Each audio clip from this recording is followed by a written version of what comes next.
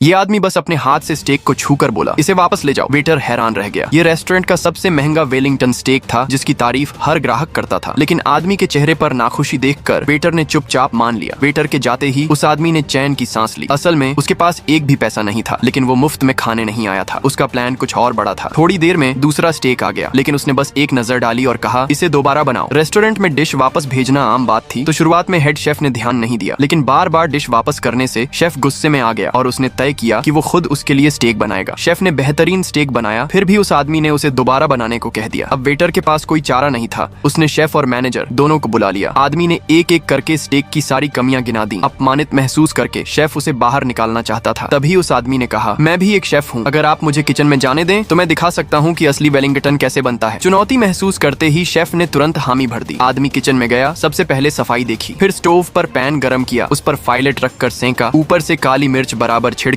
और puff pastry में छोटे छोटे छेद किए। उस पर एग वॉश लगाया ताकि परत चिपके।